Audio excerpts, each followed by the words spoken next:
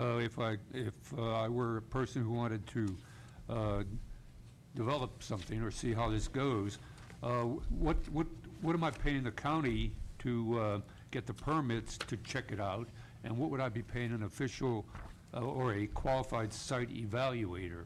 Again, my experience with the Right. farm worker housing project is they do not come cheap, and I'm concerned about the perhaps what some might say the over-engineering or the over requirement kinds of assumptions that are made by a qualified site evaluator, and there's variation from one to the other, I understand. Yes, so it is. I'm raising some questions. When you bring in a third party on this, who's doing it presumably on a for-profit basis, Yes. the bigger the system, the more you generate. Why can't the county be a party to this, or is the county a party to this in working with the qualified site evaluator? Well, specifically to the second residence, we can work in conjunction with the qualified site evaluator. If the system's not in failure and there are no site constraints, I mean, that's a pretty simple site evaluation. The site evaluators, I know, they charge, their fees differently. I would say if it's a typical, you go out, you check the existing system to see it's working, you identify the replacement area. That's a pretty simple process. And I would say, that could start at $700 for a site evaluator and run up. It all depends what they charge. As far as what the county would charge, right now we have no fee for this category. We would probably entertain charging an hourly rate of $126 with an hourly cap at like 3 hours for our involvement with the review process. And of course, if our time is less, we wouldn't charge up to the 3 hours. Okay, I guess I'm not quite as enthusiastic as our chair about this dealing with the affordable housing aspect of this. I support it fully.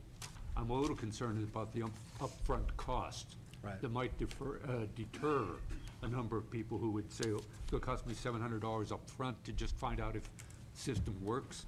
I don't think I want to go there kind of thinking. Whereas if somebody come in and say, we can do this at a reasonable, more what I would consider a reasonable rate, and say, yeah, and move to the next step and so forth. But I'm a little bit concerned about the older systems out there, and I guess I have one more question for you, then I'll let you get out of here. But the other question is, how far back do the records go within environmental health as to the systems with regard to any approved systems in the past? I don't know the exact date, but I'm thinking 1972, 1978. Anything past that, we should have pretty reliable records on. Okay. Okay. Well, that's good information, and thank you. Welcome. Supervisor Colfax, the only comment I'd make to that, yes, there is a cost involved to hire a site evaluator, but it's certainly probably, whatever those costs would be, less than 10% of having to put in a new system. So yes, it won't help every person that wants to put in a signal unit, but I think there would be a lot of folks out there that fits the bill, because it's, the whole concept is about why put in another system side by side when there's existing one in the area that can handle usage. Sure, I understand that. Yeah. I do support this. Okay. So with that, any other comments on this from the audience?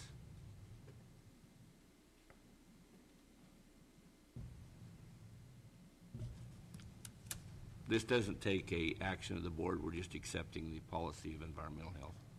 I think this is a positive, and I'd like to thank all the members of the county and the Board of Supervisors for putting this in place. Thank you. Thank you. John, state your name for the record. Some of us here might have forgotten your name. John C. Graff. Thank you.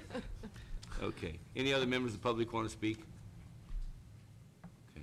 Jim Ronco, and I too want to applaud the work that's been done by Environmental Health and the County Board of Supervisors to bring this to the forefront. I think that in many of the rural areas, this is going to be a boon to making life workable for the residents that are attempting to bring affordable housing onto the site. So any cooperation we can get from from the private sector to work on this, I think it's going to be great. Thank you.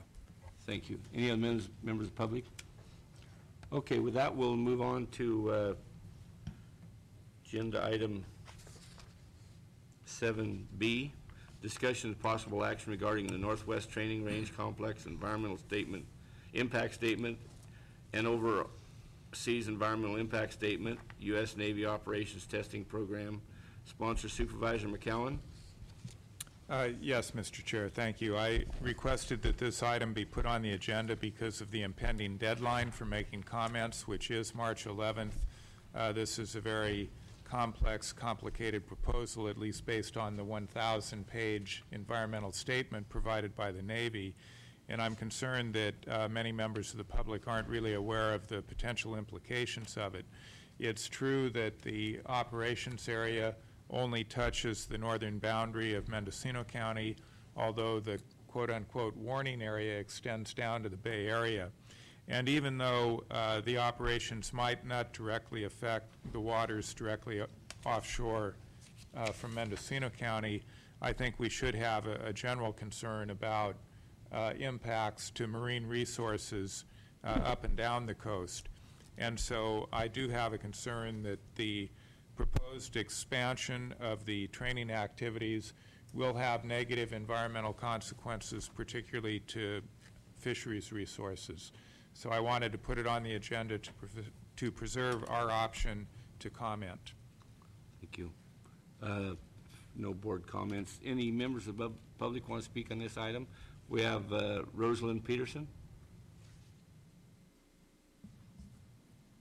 Rosalind?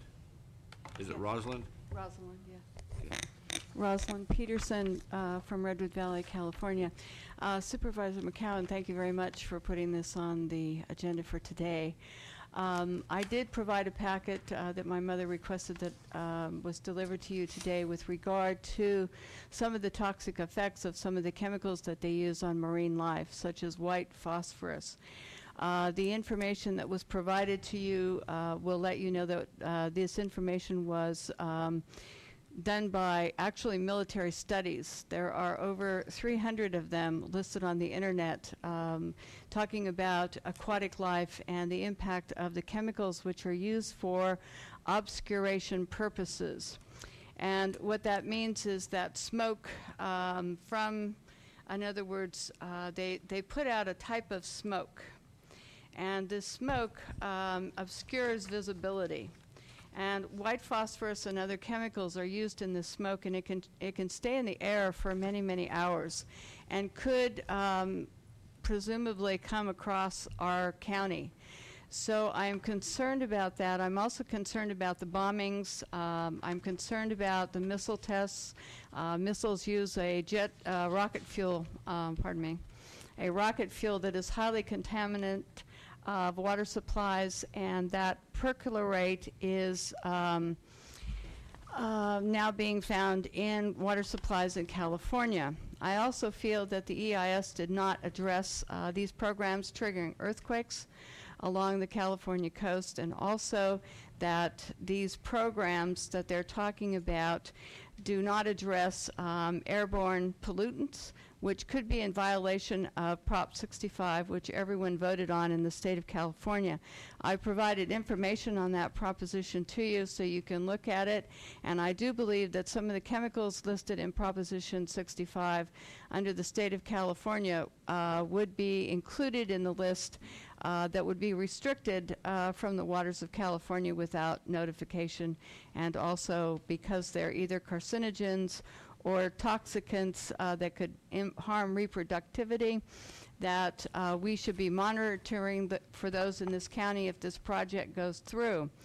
In addition, not only should air quality be monitoring, but water districts throughout that handle the testing for toxic contamination should be requested to start testing for these contaminants just in case they start to contaminate water supplies on our coast, drinking water supplies, especially on our coast. So these